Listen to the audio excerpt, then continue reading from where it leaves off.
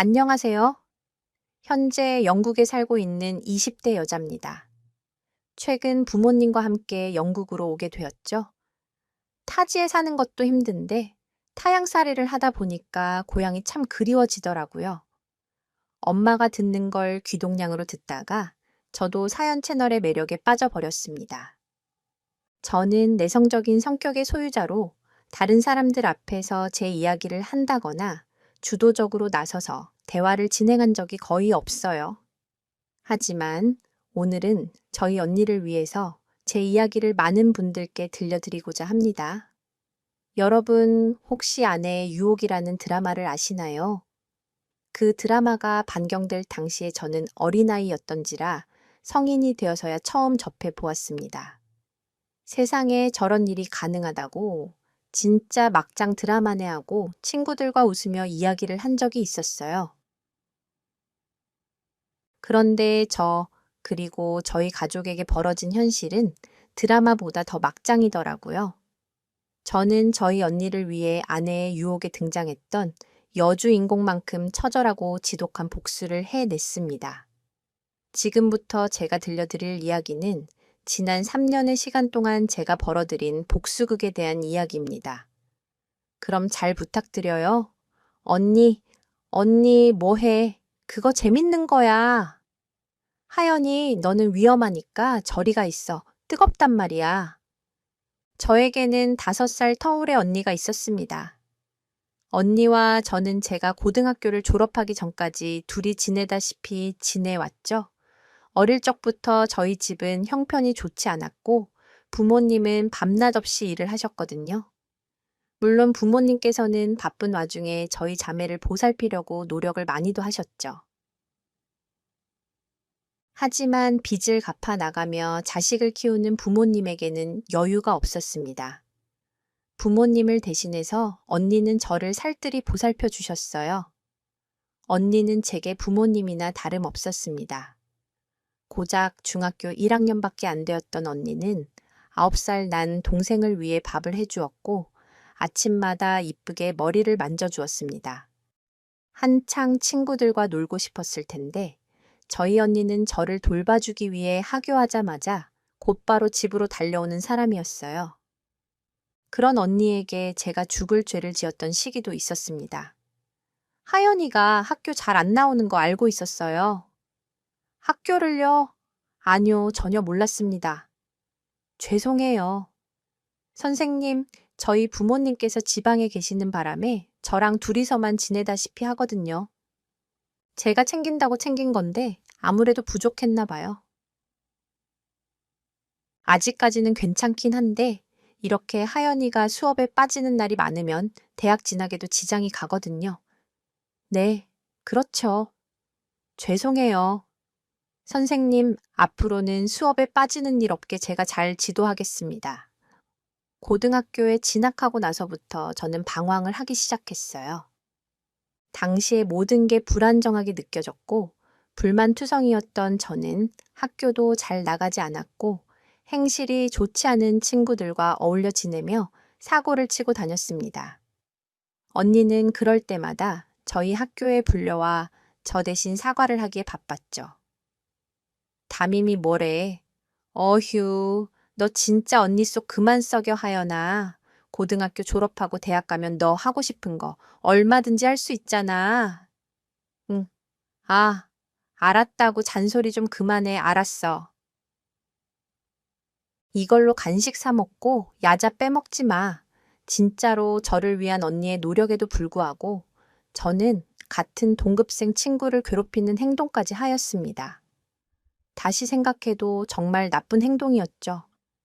결국 언니는 그런 저 때문에 또다시 학교에 불려와야 했습니다. 교무실에는 담임 선생님을 포함해 저에게 괴롭힘을 당했던 친구와 그 친구의 부모님까지 계셨죠. 선생님, 저는 이거 가만히 못 넘어갑니다. 제 퇴학시키던가 강제 전학을 시키든가 해주세요. 어떻게 가해자랑 같이 학교에 다니게 해요? 상대방 친구의 부모님은 저를 퇴학시키라고 난리였습니다. 절대 같이 다니게 할 수 없다고 말이에요. 담임 선생님도 어찌할 바를 몰라 하셨죠. 그때 저희 언니가 무릎을 꿇었습니다.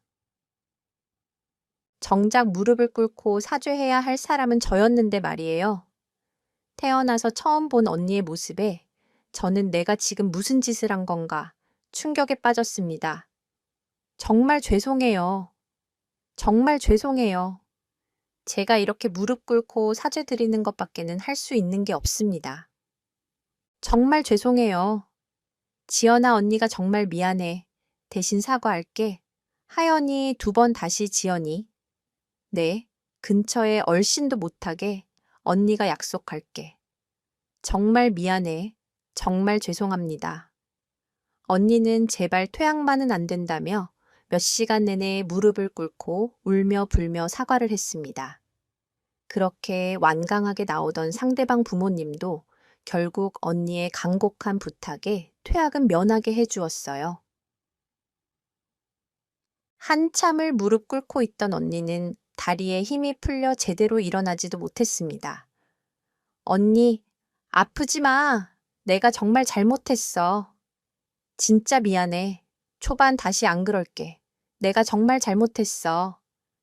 그날 저녁 언니는 심한 몸살에 앓아누웠어요.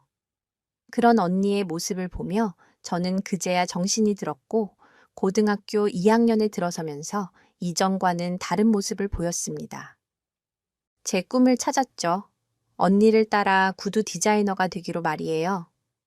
꿈만 쫓았을 뿐인데 제 인생은 참 많이 바뀌었습니다.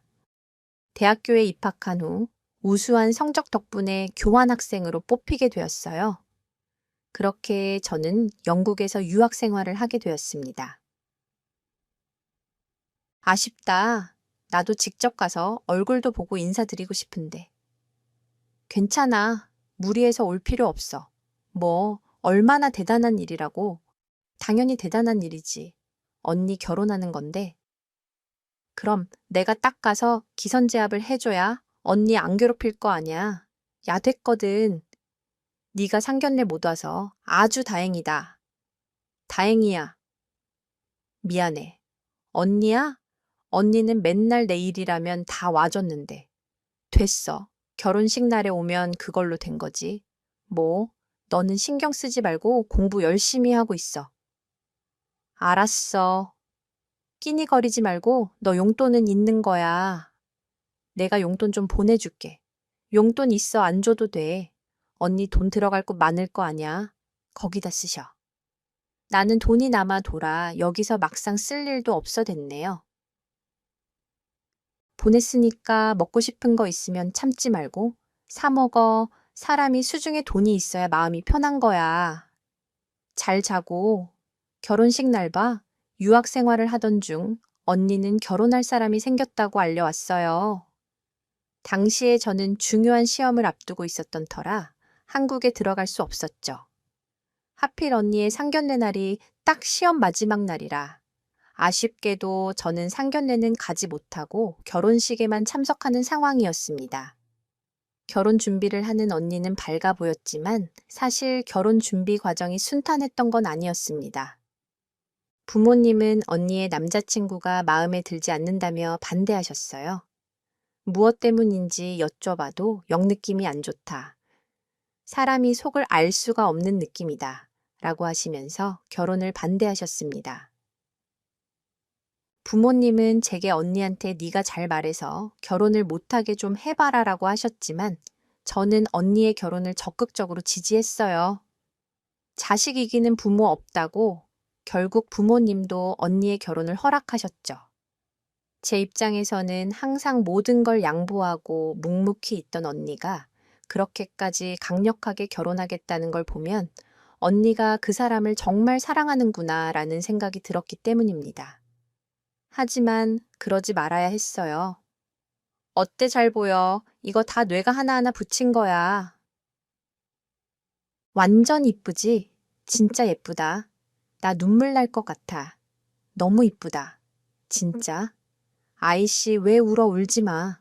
언니, 이거는 나중에 언니 딸 낳으면 물려줘야 돼. 야, 당연하지. 내가 처음으로 만들어준 신발인데. 그럼 그럼 이모가 엄마한테 만들어준 웨딩 슈즈라고 대대손손 가보로 물려주라고 해. 알았지? 저는 언니의 웨딩 슈즈까지 직접 만들었어요. 어릴 적 언니의 그림에 등장했던 공주님이 신은 신발처럼 말입니다. 평생을 언니한테 받아오기만 했는데 이번만큼은 언니한테 저도 선물을 주고 싶었거든요. 언니는 영상통화로 신발을 보면서 내내 울었습니다.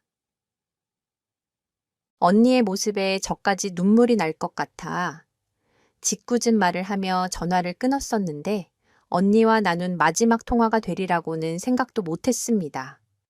하연아, 내 언니가 우리 하림이가 아이쿠 언니의 결혼식을 일주일 앞둔 그날 저는 언니가 죽었다는 소식을 듣게 되었습니다. 비행기에서 내리고 장례식장으로 향하던 차 안에서도 저는 언니의 죽음이 믿기지가 않았어요. 불과 며칠 전까지만 해도 나랑 통화를 했던 언니가 죽었다는 사실이 거짓말 같았습니다. 하림아, 이 녀석아 하림아 엄마야 엄마 왔잖아. 하림아, 여보 아림 아빠, 우리 하림이가 왜. 하지만 빈소 앞에 들어서자마자 믿고 싶지 않았던 현실은 제게 정신을 차리라는 듯 비명을 질러댔어요. 엄마와 아빠의 비명소리, 그리고 울음소리가 들렸고 제 눈앞엔 나에게 엄마와 다름없는 언니가 영정사진으로 저를 맞이하고 있었죠. 아, 하림아 하연이 왔네. 하연이 왔잖아. 아가 드라마나 영화에서 보면 주인공 주변을 둘러싼 소리가 앵갱거리듯 작아지고 아무것도 들리지 않는 장면이 있잖아요. 그때 제 주변이 그랬습니다. 저와 언니의 영정사진 외에는 아무것도 존재하지 않는 듯 했어요. 저는 주섬주섬 제 가방에서 언니의 웨딩 슈즈를 꺼내 사진 앞에 두었습니다. 언니의 사진을 똑바로 바라볼 수가 없어서 한참 동안 신발만 어루만졌죠. 언니, 내 신발 가져왔는데 이거 하나하나 다 붙였다. 언니랑 어릴 때 그리던 공주님, 구두랑 똑같이 하려고 나 진짜 열심히 닷했는데 언니가 준 용돈으로 큐빅도 사고 이거 언니 건데 내가 무슨 말을 하고 있는 건지. 저는 언니한테 절을 할 수조차 없었어요. 절을 하면 진짜 언니가 죽은 사람이 되는 것 같았죠? 그때였어요. 엄마의 울음소리가 다시 한번 들려왔어요. 성민아, 우리 하림이 어떡하니? 이 사람아, 그만해. 자네는 가서 인사 나누게. 엄마가 부르던 그 사람은 언니의 남자친구 제 예비 형부였어요. 언니가 그렇게나 자랑하던 그 남자친구 말입니다. 엄마는 그 사람을 붙잡고 한참을 울었어요. 그 사람은 그런 엄마를 내려다보며 무표정한 얼굴로 서 있었죠. 당시에 저는 그 사람이 충격을 받아서 그런 것이라고 생각했습니다. 그 사람은 짧은 절을 올린 뒤 아빠와 인사를 나누고 자리를 떠났어요. 더 이상의 어떠한 말이나 행동도 없이 말이죠. 그 사람 언니랑 결혼하기로 했던 거 아냐? 왜 그렇게 빨리 갔어? 너한테는 얘기 안 했는데 그게 언니가 파혼한 상태였다. 네, 엄마랑 나는 전혀 몰랐지. 성민이 녀석이 얘기해서 알았어. 내 언니 우울증이 있었단다. 우리가 부모로서 부족해서 내 언니가 말도 못했나 봐. 그래도 제 남자친구한테는 하림이 그 녀석이 속 얘기한 거라는데 사는 게 힘들다고 부담스럽다고 파혼하자고 했댄다. 아빠는 영정사진 앞에 주저앉아 넋돌이하듯 제게 얘기해 주셨습니다.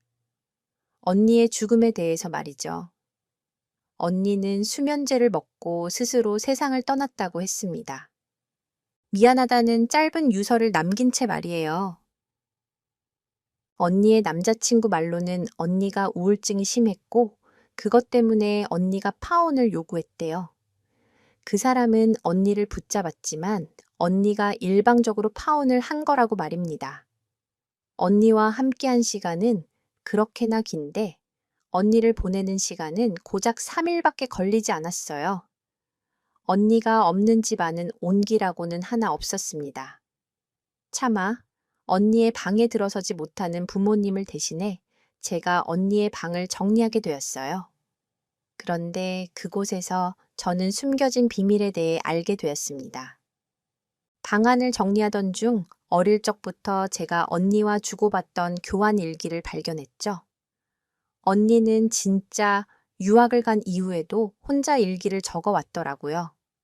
진짜 언니의 마음을 말입니다. 2018년 2월 3일, 하연아, 너무 힘들어. 그 사람이 파혼하자고 했어. 오늘 나는 헤어지고 싶지 않은데 내가 계속 붙잡고 있는 중이야. 이유조차 말해주지 않아. 그냥 내가 싫대. 불과 어제만 해도 같이 신혼여행지 고르고 있었는데 당황스럽고 이해가 안 돼. 너라도 옆에 있으면 같이 얘기라도 해볼 텐데 너무 힘들다. 언니가 먼저 파혼 얘기를 했다던 그 사람의 말과 달리 파혼을 통보당한 쪽은 언니였습니다. 일기장에 적힌 글을 하나하나 읽어 내려가면서 제 손은 걷잡을 수 없이 덜덜 떨리기 시작했죠. 혹여나 부모님이 들어오실까봐 얼른 문을 잠궜습니다. 2018년 3월 15일, 하연아, 너한테만 얘기하는 건데 언니가 임신한 것 같아. 어떻게 해야 할지 모르겠어. 그 사람이랑은 일주일에 한 번 얼굴을 볼까 말까 해. 나는 계속 파워 놓을 수 없다고 얘기 중이었거든. 오늘 만나서 임신한 거 얘기하려고 아이가 생겼다는 거 알면 성민 씨도 괜찮아지겠지. 나 아직 아무한테도 얘기 안 했다. 너한테 먼저 얘기하는 거야. 조카가 태어나면 하연이 네가 언니 자주 도와줘야 해. 알았지? 하연이 넌 분명 좋은 이모가 될 것 같아. 2018년 3월 18일, 하연아, 그 사람이랑 결국 헤어졌어. 다른 여자가 있다고 하더라. 그 여자가 임신했대. 그래서 그 여자랑 결혼을 해야 한대. 내 뱃속 아이보다 그 여자가 먼저 아이를 가져서 어쩔 수가 없대. 태어나서 처음으로 그렇게 울어보고 소리도 쳐봤는데 안 되는 건가? 그 사람 내 전화도 안 받아 하여나 얘가 너무 보고 싶다. 차마 그 다음 페이지를 넘겨보기가 두려웠습니다. 그게 이 가족은 일기의 마지막 페이지였으니까요. 한참을 망설이다. 마지막 페이지를 읽어 내려가기 시작했습니다. 2018년 3월 21일 사랑하는 내 동생 하연에게 너라면 이걸 발견할 것 같아 네가 만들어준 구두 신고 결혼식장에 들어가고 싶었는데 미안해 내 결혼식도 꼭 가보고 싶었는데 그것도 미안하여니 너한테 짐만 남기고 이렇게 가서 미안해 나 대신 많이 사랑받고 많이 사랑하면서 살아 언니가 너는 꼭 지켜줄게 사랑해 하연아 언니의 마지막이 담긴 페이지엔 눈물 자국 때문에 잉크가 번진 글씨가 남아 있었어요. 저는 그날 이후 언니를 위한 복수를 계획했습니다. 이런 일이 있었구나 하고 넘어가기엔 언니의 죽음이 너무 억울했으니 말입니다. 언니의 지인들과 연락하고 그 지인의 지인 한참 수소문 끝에 인간 같지도 않은 그 자식의 행방을 알게 되었어요. 꽤 유명한 여성 의료회사의 팀장으로 있었죠. 결혼하고 아이까지 낳고 행복한 삶을 살고 있더라고요. 그 사람의 행방을 알아냈으니 복수는 시간 문제였고 저는 그 계획을 실행하기 시작했습니다. 하연 씨 자리는 이쪽이고요. 앞으로 하연 씨가 해야 할 업무는 간단한 서류 정리랑 원단 샘플 목록 정리 정도예요. 크게 어려울 건 없을 거예요. 네, 감사합니다. 잘 부탁드려요. 하늘이 도운 건지. 마침 그 회사에 인턴 모집 공고가 떴어요. 저는 그곳에 지원을 하였죠. 유학을 다녀온 이력이 있어서인지 어려움 없이 인턴 자리로 들어가게 되었습니다. 이 팀장님 오늘도 불려갔다며. 아니 뭘 그렇게 잘못했길래 허구한 날 불려가. 야 작게 얘기해. 일을 못한 게 아니라 홍보팀 김대리랑 바람나가지고 그것 때문에 그런 거래. 또 야, 지난번에도 사무실 한번 뒤집어지지 않았어. 이 팀장 바람핀 여자 남편 찾아왔었잖아. 어머, 정신 못 차렸네. 아니, 장인이 떡하니 회사 오너로 있는데 그러고 싶을까? 제 버릇게 못 준다고. 그 사람은 언니와의 결혼도 바람으로 파토내더니 결혼을 하고 나서도 외도 문제로 유명했었습니다. 사무실 직원들의 가십거리에도 참 많이 오르락 내리락 하더라고요. 하연 씨도 조심해. 이 팀장이 분명 치근덕거릴걸. 어휴, 애초에 엮이지 마라. 한참 좋은 나이에 못 볼 꼴 당해. 네, 그럴게요. 그런데 정말 그렇게 막 여자들을 그러세요. 아우, 말도 마. 어쨌든 조심해. 애초에 필요한 말 이상은 하지를 마라. 저한텐 오히려 좋은 틈이었습니다.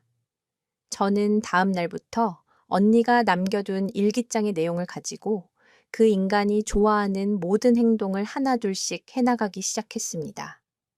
언니의 일기장에 적힌 옷차림, 머리 스타일, 좋아하는 음식, 취미 등을 말이죠. 팀장님, 이거 부탁하신 원단 샘플 가격이요. 이번에 새로 들어온 인턴이 누군가 했더니, 허허, 반가워요. 아유, 회사에 우리 부서 인턴 이쁘다고 아주 소문이 자자하던데, 그게 사실이었네. 언니는 대체 저런 사람을 왜 만난 거였을까요? 이 여자, 저 여자 추근덕대는 건 물론이고, 그 추근거림은 저한테 금세 오기 시작했습니다. 물론 제가 의도한 것이었지만요. 저는 그 사람이 가는 동선을 파악해서 최대한 자주 겹치려 노력했어요. 몇 번 실패한 끝에 카페에서 마주치게 되었죠. 팀장님, 팀장님도 여기로 오세요. 여기 회사에서 좀 걸어야 해서 다들 안 오시던데. 예, 다들 안 오긴 해요. 내가 워낙 사람 많은 데를 싫어해서 정말요. 저도 그런데 저도 사람 많은 데 가면 막 정신없고 그러더라고요. 얘기를 해도 대화 집중도 잘 안 되고 팀장님이랑 저랑 아지트 생겼네요. 아지트 허허. 그렇네. 자주 오자고 하연 씨 커피 골라요. 내가 사줄게. 음, 그럼 저는 카푸치노 마실래요? 시나몬 가루 많이 넣어서 헤헤 좀 애 늙은이 같나요? 친구들이 제가 시나몬 가루 많이 뿌리면 애 늙은이 같다고 놀리거든요. 에이, 그게 왜 누가 그래요? 그 친구들 안 되겠네. 그나저나 하연 씨 나랑 커피 취향도 똑같다. 이야, 이게 아주 소울메이트네 소울메이트야 그러게요. 팀장님, 그럼 저희 점심 먹고 나서 같이 아지트 와요. 내일은 제가 커피 사 드릴게요. 나야 좋지 그래요. 복수가 이렇게 쉬워도 되는 건가 싶을 만큼 그 사람은 너무도 손쉽게 제 계획대로 넘어오기 시작했습니다. 점심시간에 카페를 같이 다니다가 그게 퇴근으로 이어졌고 주말에도 만나기 시작했죠. 저는 그 사람과 연인 사이가 되었습니다. 아니, 엄밀히 말하면 옳지 못한 관계죠. 물론 그 사람은 제가 자기가 결혼한 사실을 모르고 있는 줄 알았죠. 하연아, 우리 주말에 여행이나 갈까? 주말에 갑자기? 왜 아이, 뭐야? 하연이 너 진짜 너무한다.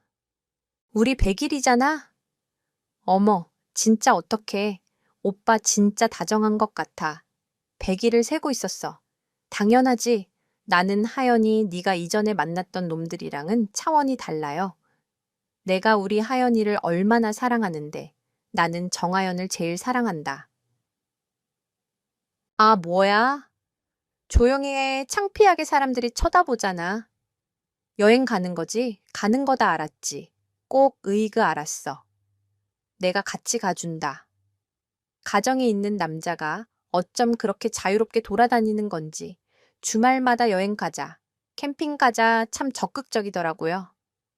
저는 그 남자와 여행을 갈 때나 데이트를 할 때나 늘 모든 내용을 녹음하고 가능할 때는 그 사람이 제가 다정하게 대하는 모습을 몰래 찍기도 했습니다. 복수의 증거가 필요했으니까요. 그 사람과 만나는 하루하루가 저한텐 지옥이자 희망이었습니다. 언니의 복수가 얼마 남지 않았다는 희망 말이에요. 저는 이제 복수의 종지부를 향해 달려가고 있었습니다. 오빠, 응, 왜 불러놓고 말이 없어. 그런데 오빠는 나랑 결혼할 생각 없는 거야. 나 이제 인턴직도 끝나서 회사도 안 나가는데 이러다 우리 헤어지는 거 아냐? 자주 못 보면 마음도 멀어진다고 그러잖아. 나는 오빠랑 결혼하고 싶은데 결혼 아니? 뭐? 그래 결혼 좋지? 아니, 나는 하연이 내가 아직 어리니까 좀 더 기다렸다가 얘기하려고 했지. 정말 나는 나이 상관없어. 오빠, 그럼 주말에 시간 어때? 안 그래도 엄마 아빠가 나 남자친구 생겼다고 하니까 궁금해 하셨거든. 주말 그래. 뭐 좋아. 그러자 당연히 인사드려야지. 그래. 저는 그 자식에게 결혼으로 압박하기 시작했습니다. 결혼을 진행하던 안 하던 사실 크게 상관은 없었어요. 저한테 이미 증거는 다 있었으니 말입니다. 정말이지. 나 너무 행복해. 오빠, 우리 결혼해서 잘 살자. 그럼 잘 살아야지. 그래. 그럼 주말에 우리 엄마 아빠 같이 보는 거다. 그 주 주말의 약속을 위해 저는 돈을 아끼지 않았어요. 당연히 저희 부모님을 대동하지 않았죠. 저는 역할 대행 업체를 통해 가짜 부모님을 섭외했습니다. 성함, 나이, 학력, 재력까지 모두 다 가짜인 부모님을 말이에요. 가상의 저희 집은 아버지는 교수에 어머니는 갤러리를 운영하신다. 또한 친가나 외가 둘 다 국회에 자리를 하고 있다. 이런 식으로 말입니다. 그 인간이랑 지내오면서 느낀 게 돈을 꽤나 밝히는 인간 같았거든요. 그래서 가장 좋아하는 것들을 나열해 준 거죠. 약속 당일 저는 저의 가짜 부모님과 미리 자리를 잡고 그 사람을 기다리고 있었습니다. 이쪽으로 꽤 베테랑이신 분들이라 역할에 맞게 의상도 아주 고급스럽게 입고 오셨더라고요. 모든 게 완벽했죠. 약속 시간이 다 되어 문이 열렸고 그 사람이 방 안으로 들어왔습니다. 꽤나 놀란 눈치였어요. 하긴 그도 그럴 것이 약속 장소로 잡은 한정식 집도 꽤 가격이 있는 곳인데다 여자친구 부모님이 옷차림이 예사가 아니었으니 말입니다.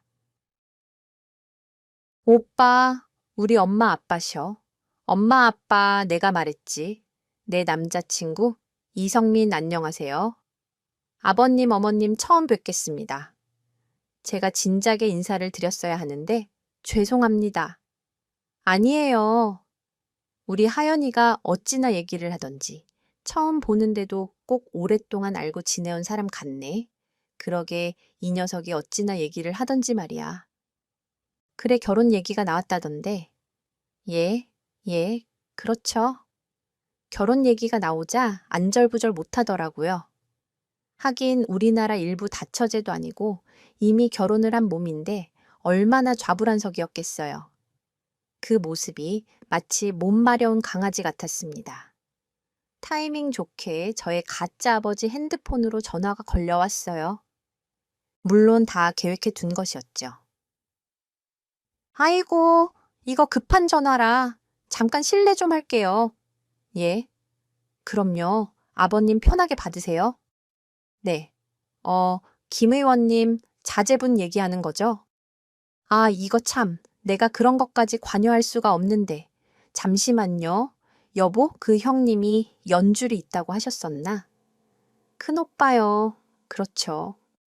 큰오빠가 그쪽 지역 의원들이랑 다 연결되어 있으니까. 예, 일단 제가 지금 가족 식사 중이어서 네네, 제가 한번 연락드리라고 할게요. 가짜 부모님의 대화 내용을 듣는 그 인간의 표정이 점점 달라지는 게 눈에 보이기 시작했습니다. 점점 얼굴에 화색이 돌더라고요. 무슨 생각을 하는지 대충 짐작이 갔습니다.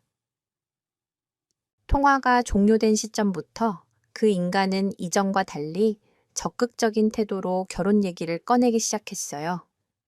당장 내일이라도 식을 올릴 것처럼 말입니다. 그럼 저희 부모님께도 정식으로 말씀드리고 상견례 날짜 조율할 수 있도록 하겠습니다. 아버님, 어머님, 저 정말이지 우리 하연이 손에 물 한 방울 안 붙이고 살게 하겠습니다. 믿어만 주십시오. 허허, 이거 참 듬직하네. 그래요. 그럼 사돈 어른들께서 편하신 날짜 정해지시면 그때 연락 줘요. 우리야, 뭐 아들 생기는 일인데 어떤 날이든 찾아뵈야지. 어허, 여보 우리는 이만 빠져줘야죠. 애들 데이트해야지. 우리가 눈치가 없었다 그지? 우리 먼저 들어갈 테니까. 그 아식, 늦지 않게 들어와. 하연이 너 알았지 알았어. 좀 이따 봐. 들어가십시오. 장인어른 장모님, 얼씨구 장인어른 장모님이란 말을 얼마나 많이 하고 다녔길래 아주 술술 나오더라고요. 우리 부모님과 언니한테도 이렇게 했을 거라는 생각에 더욱 치가 떨렸습니다. 이렇게 아무렇지 않게 너스레 떨며 그 가증스러운 말들을 내뱉었을 테니 말이에요. 바보 같은 언니는 저 자식한테 고맙다며 얘기를 했을 테고요. 시간이 가면 갈수록 역겨운 저 자식을 대체 언니는 왜 그렇게 좋아라 했던 건지 그것도 너무 화가 났습니다.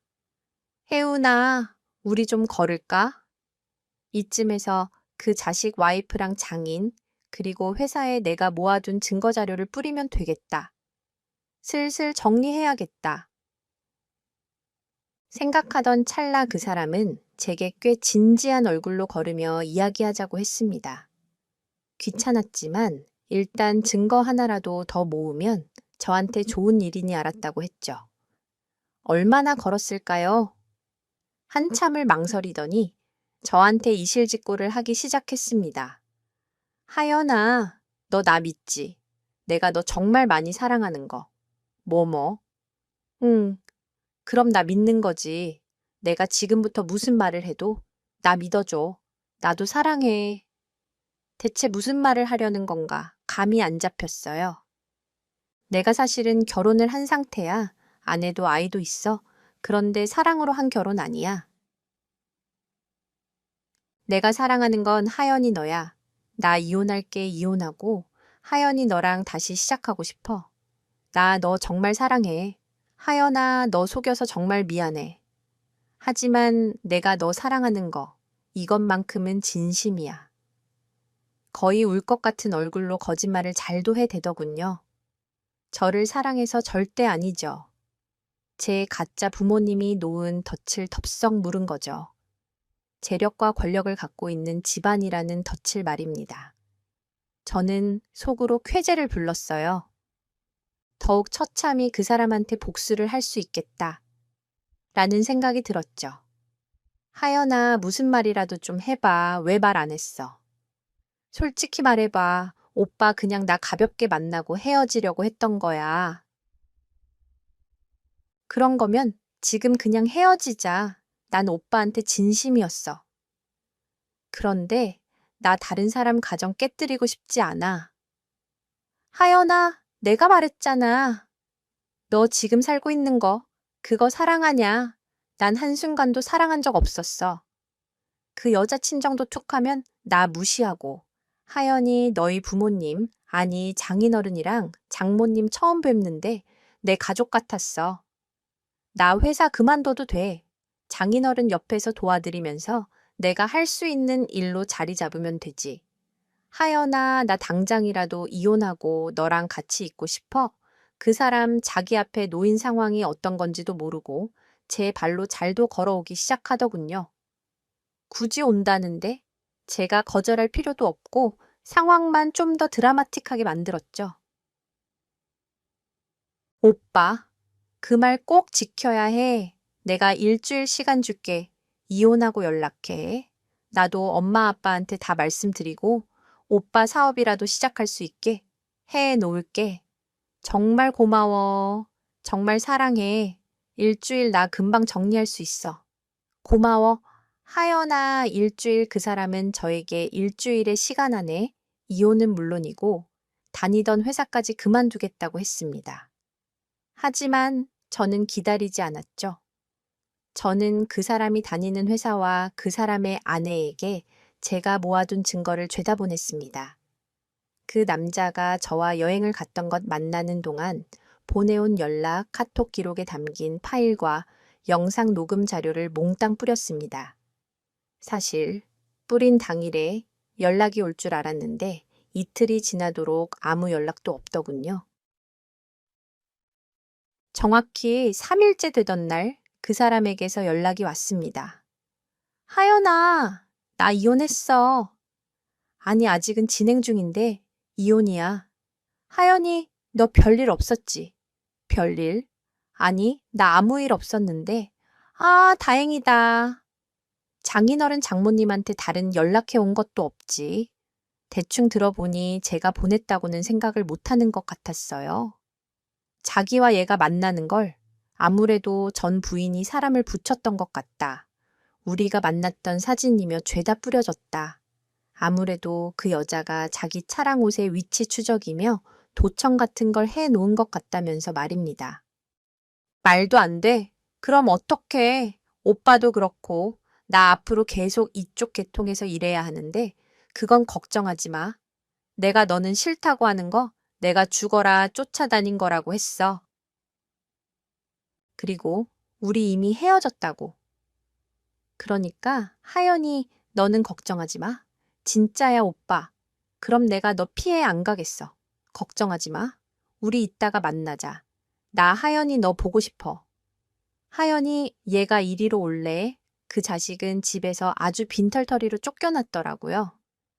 회사에서 잘린 건 물론이고 이혼 귀책 사유에 자기 외도가 잡혀서 위자료로 다 털어줬다고 말이죠. 가진 것 하나 없이 쫓겨나서 고시원의 방을 얻었다고 했습니다.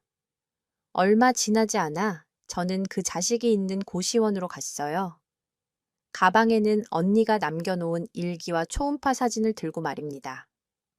하연아, 고시원 안은 정말 비좁았어요. 성인 2명이 앉으면 꽉 찰 만큼 말입니다. 하연아, 여기 너무 좁지? 일단 나가서 얘기할까? 아냐, 오빠 좁긴 여기서 하자. 나 사람 많은 거 싫어하잖아. 그렇지. 하연아, 우리 그럼 상견례 날짜부터 잡을까? 우리 부모님은 당장이라도 좋다고 하셨어. 우리가 진짜 결혼을 하네. 하연아, 이 상황에서 이런 말 하는 건 좀 웃기지만 나 지금 너무 행복해.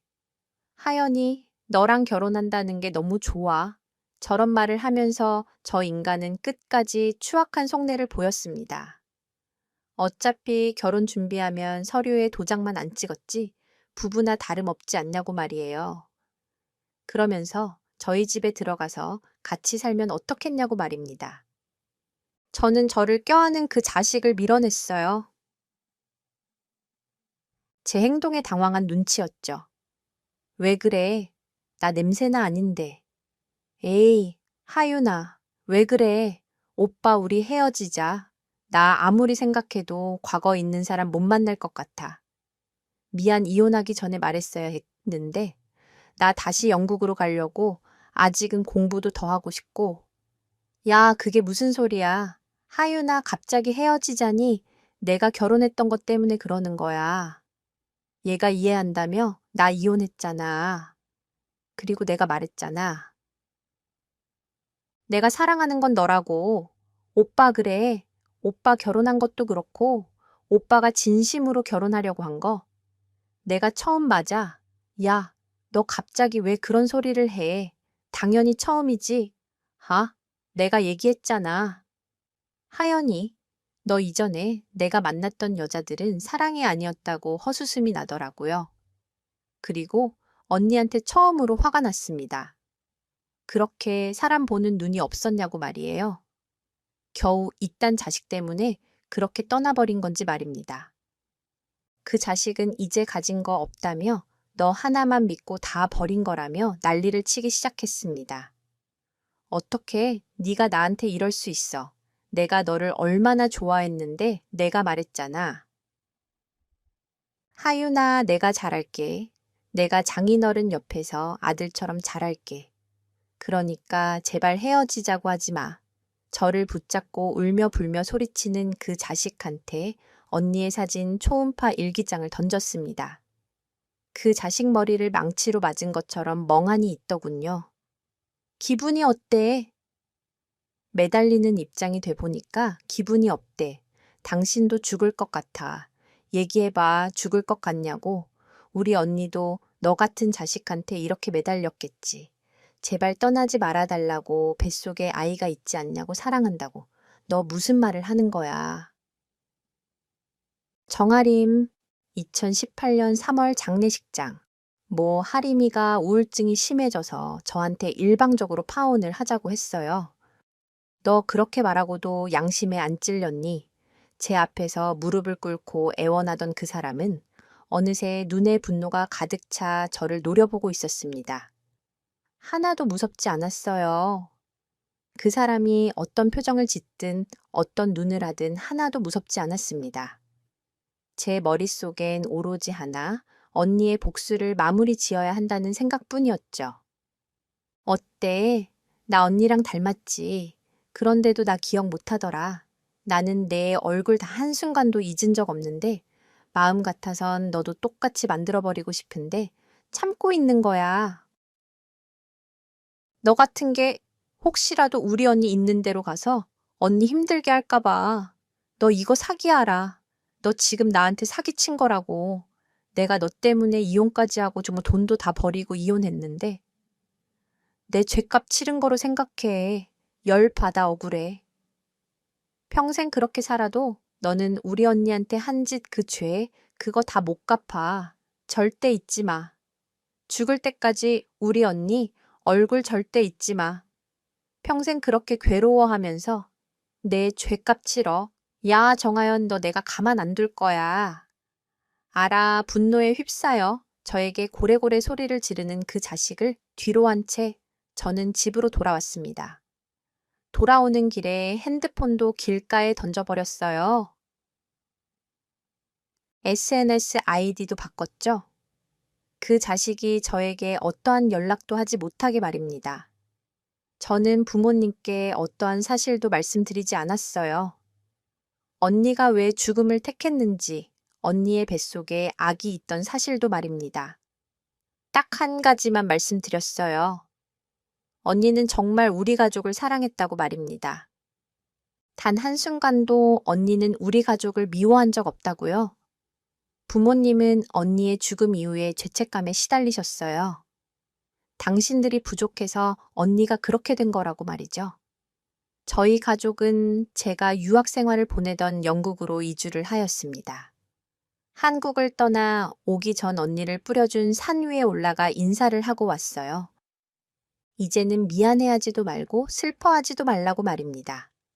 내가 언니 목까지 엄마 아빠 옆에서 애교도 부리고 살뜰히 챙겨드리겠다고요.